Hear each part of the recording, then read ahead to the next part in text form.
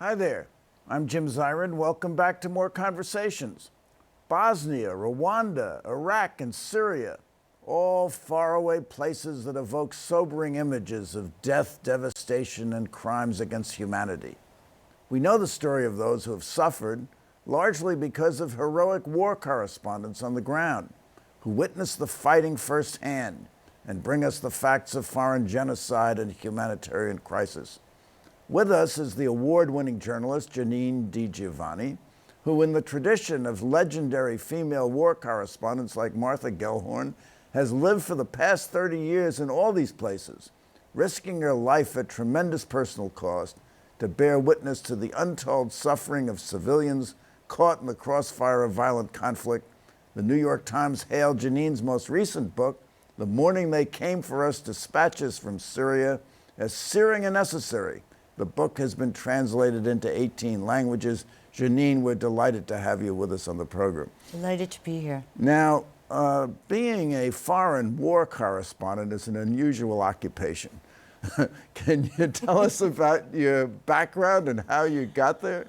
It's it's not something I ever set out to do. I really didn't. I grew up in New Jersey, and I went to school in Maine, and then I went to graduate school in London. And while I was in London, I began to read about the first Palestinian Intifada, the uprising. So that was in, what, 1999? No, 1990. 1989, 1989-90. Okay, so you're in London and you read about it. I'm reading about it, and I read about this extraordinary woman called Felicia Langer, who was an Israeli lawyer defending Palestinians in military court. And at that time, she was one of the few people actually doing it. And her job was incredibly laborious and very unsatisfying because she lost most of her cases, but she believed very strongly in justice. To make a very long story short, I went to meet her because I just felt very compelled to meet her. And she sent me to the West Bank and Gaza, to refugee camps, and to meet various people, both Israeli and Palestinian. And from that moment on, it was almost as though I was walking through a door that I could never really return to my old life, which was a graduate student in London. I wanted to be an academic. I wanted to teach at a university and have a simple life of family, kids, the white picket fence. And my life didn't turn out like that. From the moment I started working in refugee camps and on humanitarian issues, my first book came out of that. And then from there, the war in Bosnia broke out. I began freelancing as a journalist and eventually was picked up by the Sunday Times of London. So the rest is history, I think.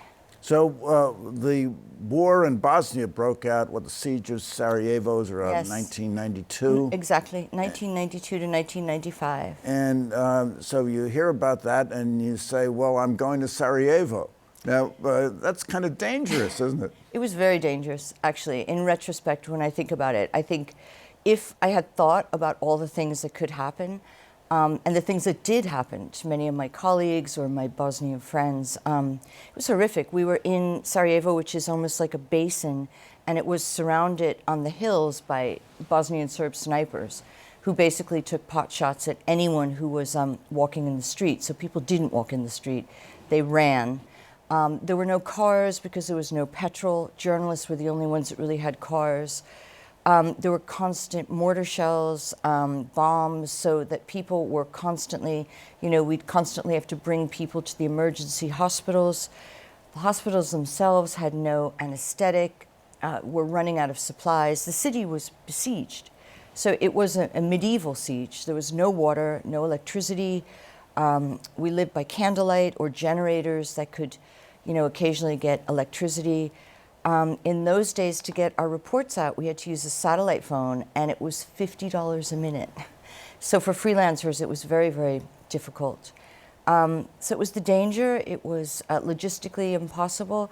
But we were telling a story that needed to get out to the world. Well, when you say we, were you with other journalists at the time? My colleagues. There was a core base of us that really felt, one of my closest friends there, Kurt Schork, who was later killed while we were working in Sierra Leone together, said, I'm going to stay here until they hang the last dog.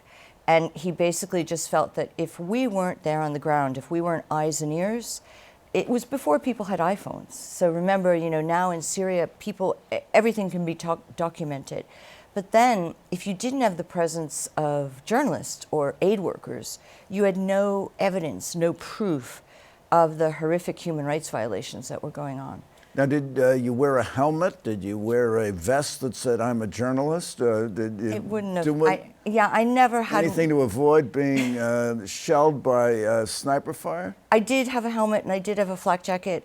Sometimes I wouldn't wear them because I worked often with civilians. I mean, my work has always been to kind of embed with civilians, to live with families, to spend a long time with families, to find out how their day-to-day life works. And they didn't have flak jackets. So I felt it was humiliating for them and for me if I sat there in a flak jacket and a helmet while they were completely unprotected.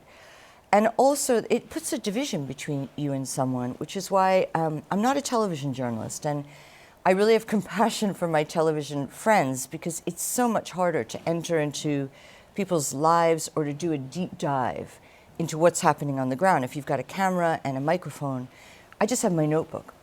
And I would go and I'd burrow in. Did you speak the local language? No, I learned a bit, but Bosnian Serbo-Croat is a really difficult language, and it's Slavic based, and that wasn't I studied Romance languages, so, but, one of the things... And then you're filing stories with whom when you're in Bosnia? In those days, it was the Sunday Times, but really I was writing my books. I wrote 2 books, which came from the Balkan Wars, which went on until Kosovo in 1999, and I basically stayed working on it throughout, and then continued, even to this day, I work on war crime issues.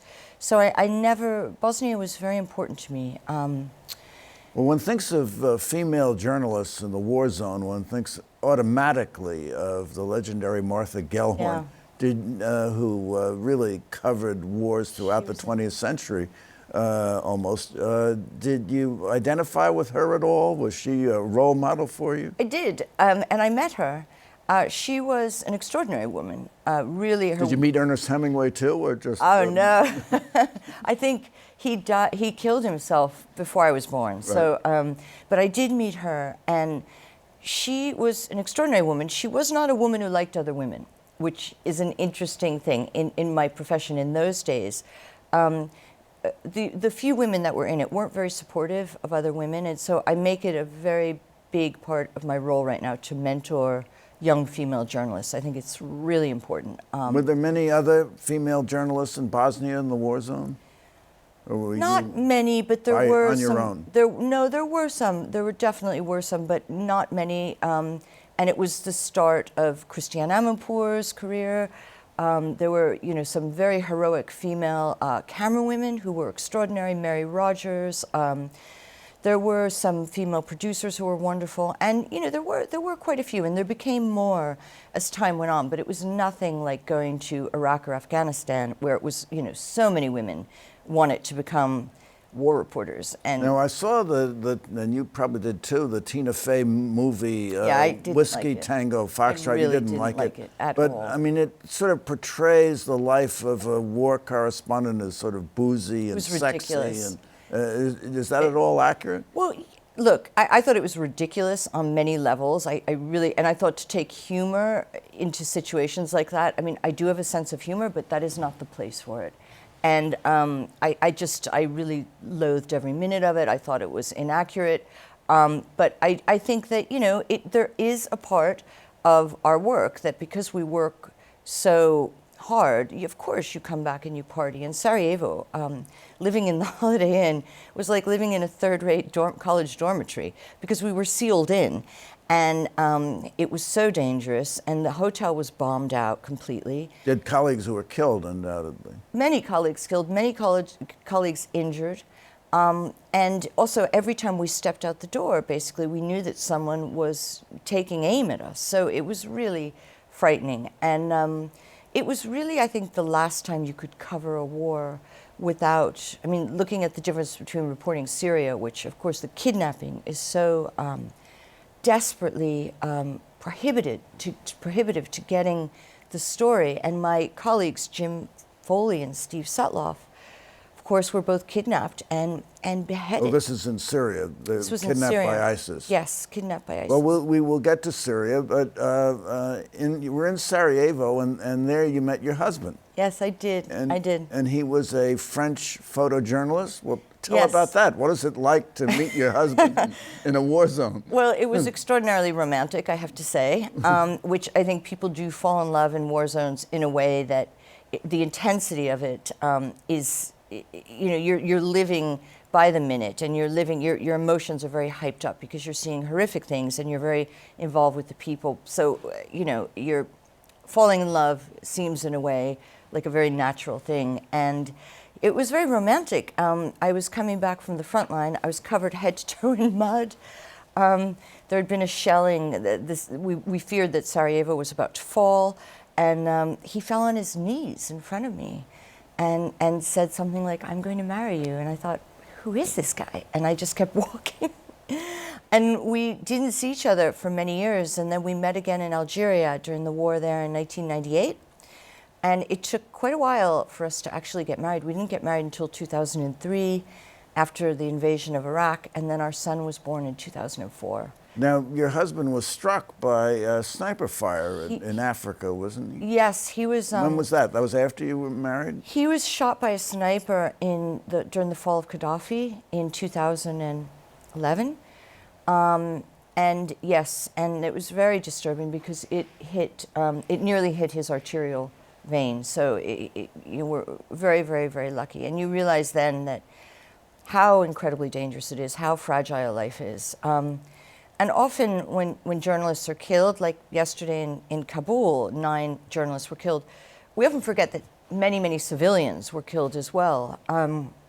But somehow for us, because we're such a tight community, less so now, because now there's so many bloggers, it's expanded. But in the old days, there was a core of war reporters who went from Sarajevo to Rwanda, to Zimbabwe, to Sierra Leone, to East Timor, to Chechnya, and we knew each other very well.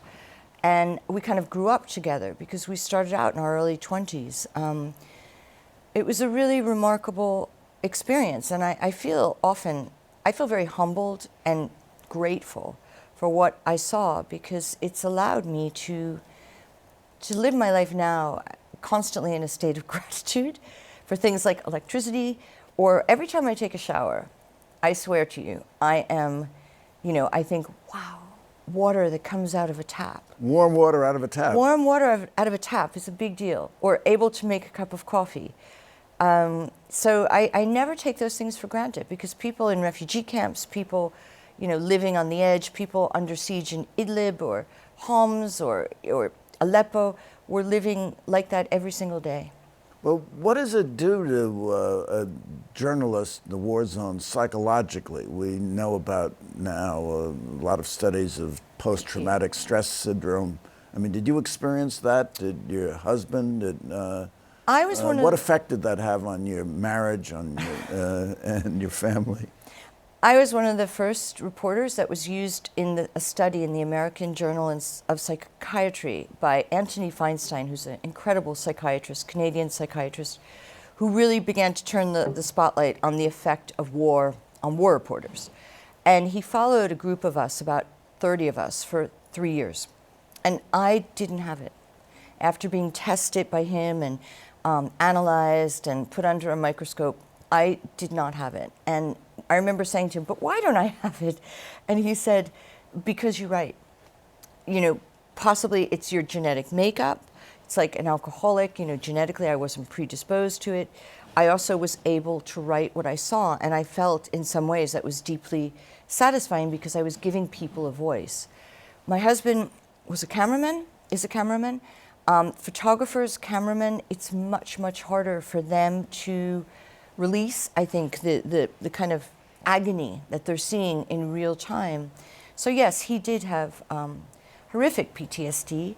He worked very, very hard to dispel it, and there's some tremendous things going on right now. The DART Center at Columbia University, run by a brilliant guy called Bruce Shapiro, They do things now called EMDR, which they also use with veterans of combat. But it was a very dark period. And I think both of us... And was there an impact on your son? My son, it's amazing. You know, He was never with you in a war zone. No, I mean, no, actually, his dad took him to Tahrir Square during the revolution, which I was not happy about because his father was... In Egypt? Yes, and I really was not... And we both brought him to many... he's been to many refugee camps, but we would never put him in danger, although Tahrir Square, I think, it wasn't my choice. But I think it's very interesting. He's the child of 2 war reporters. We named him Luca, which means light, because of course for us he was a great bringer of light into a very dark, dark tunnel that we had lived through for many, many years. And it's so interesting.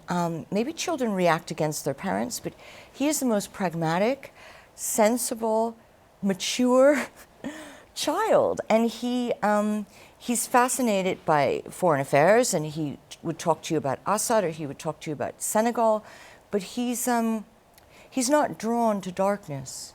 He's much more drawn to light. And I think it's having seen, we always talked to him about what we were doing. We tried to protect him from the fact that if we were ever in danger, and we tried to love him, you know, unconditionally and give him huge amounts of support. And so I'm proud. I think we raised a fine young man. We tried to protect him a lot from what we did. Okay, now what about danger? Was danger something that put you in constant fear because you lived in perpetual danger when you were in the war zones? Or was it kind of a narcotic that stimulated you to report and write and research what was going on around you? Not for me. I mean, I've never been an adrenaline junkie. And when I would meet young reporters who wanted to be war reporters because they thought it was glamorous or they thought it was exciting, I would always say, it's not glamorous, all right? You're going to live in the same clothes for 3 weeks. You're going to sleep in a sleeping bag. You're not going to sleep much. You're going to sleep in a tent with soldiers who snore and smell, and it's not glamorous. Second, fear. I think for me, I remember reading something about G. Gordon Liddy, the Watergate bad guy, many years ago, that he was afraid of lightning, and so he tied himself to the roof of a house during a lightning storm. A bit insane, but I think I had to push through fear, because if I was frightened, I wouldn't be able to do my work. And after my son was born, I really took it down a different level. I mean, if it wasn't necessary for me to be on a direct front line with heavy shelling, I didn't do it. You know, it was much more, I'm not a photographer, so I didn't need to be in the middle of, you know, a firefight. I did need to be in hospitals, and I did need to be talking to people on the ground. So if I would go to Aleppo, was it really urgent? Okay, so we're in Aleppo, we're in Syria now. Well, in 2011, 2011. You hear about Assad's crackdown on the Syrian rebels and protesters. Where are you? I was covering the Arab Spring. So I had gone all through Tunisia, Egypt, Libya, and then Syria breaks out. And you go to Syria? And I go to Syria. And initially...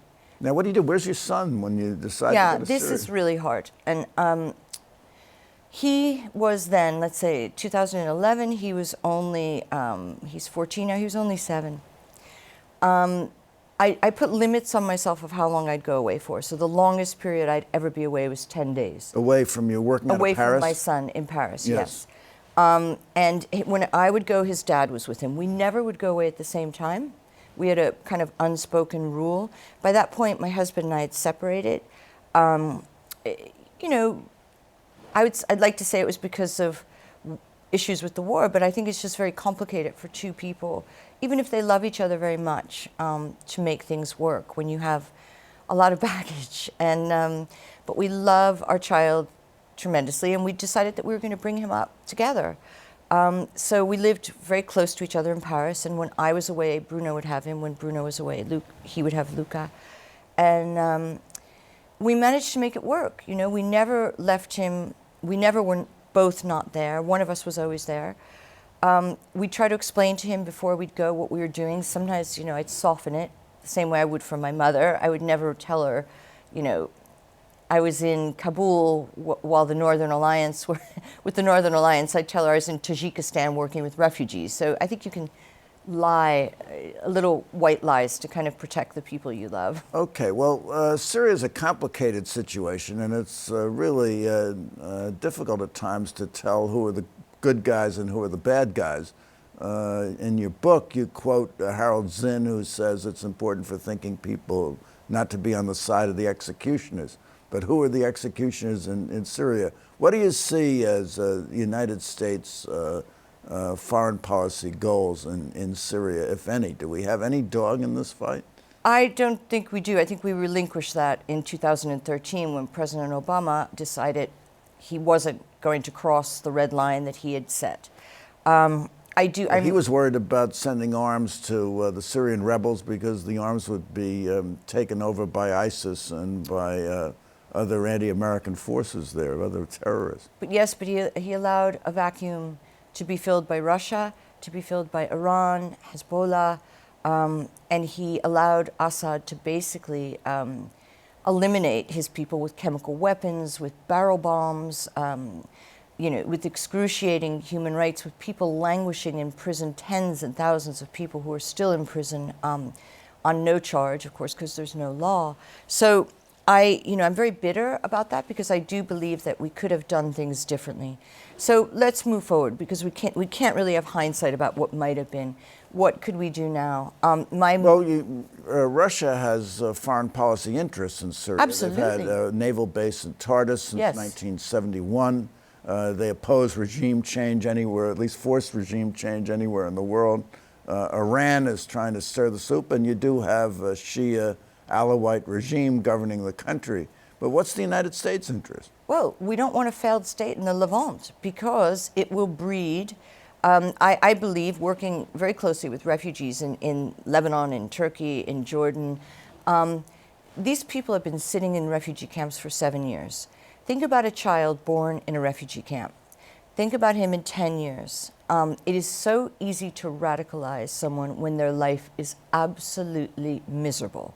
And their lives are miserable. They're not being educated. They're very vulnerable and susceptible to, let's say, radical Islam, radical politics. In Lebanon, in northern Lebanon, in Tripoli, which is very close to Syria, it's incredibly easy to enter they're not refugee camps, by the way, they're settlements, because the Lebanese government doesn't want them to stay there permanently. Very easy for anyone to walk into a settlement, get a group of young guys and talk to them about how miserable their lives are, and there is an answer. And while President Trump is very happy that he's obliterated ISIS, I disagree, because I don't think ISIS are obliterated. I think you cannot kill an ideology, and I think you can bomb Raqqa into a parking lot, but you will still have people who will adhere to the tenets of it, and also who are angry, who are frustrated all over Europe. What about the refugees? Do you think ultimately they want to go back to Syria? Absolutely. They do. Yeah. So if they ended the conflict, refugees would go back from wherever it is that they're encamped. Well, our first priority, if we have to make recommendations right now, is to try to get people home to a safe place. Syria is nowhere near safe right now. And also repercussions. If the Assad regime does stay in place, how, do these people need to be protected? Do we need UN peacekeeping troops? Do they need any kind of protection? How will Syria be divided? What about the Kurds? We often forget about the Kurds. Our allies. Our allies, who, if it wasn't for them, we would not have been able to push ISIS out of Mosul and out of Raqqa. So what do we do? So what's the way forward? What do you think is going to be the outcome? What do I think, or what would I like to see? Well, how do you think it's going to play out? If Assad manages to stay around, and it appears he will, unless something happens to him, then I think that, the most important thing to me to see is that justice in some ways prevails. We are gathering evidence. There's a tremendous amount of the evidence of war crimes. Of war Unfortunately, we have crimes to on wrap both up. sides. Yeah, On both unfortunately, we have sides, to right. wrap up. But you applaud President Trump then for the 2 strikes in Syria. I disagree with everything he's done except that. I think Except he that. did the right thing. It wasn't enough, and it was too little too late, but he had to do it, and he sent a message. Send a message. All right. Well, I have a question for you, Janine di Giovanni. At great personal cost, you have been a war correspondent for some 30 years. What do you think your legacy has been? I hope that I leave behind my books, which really will document what happened.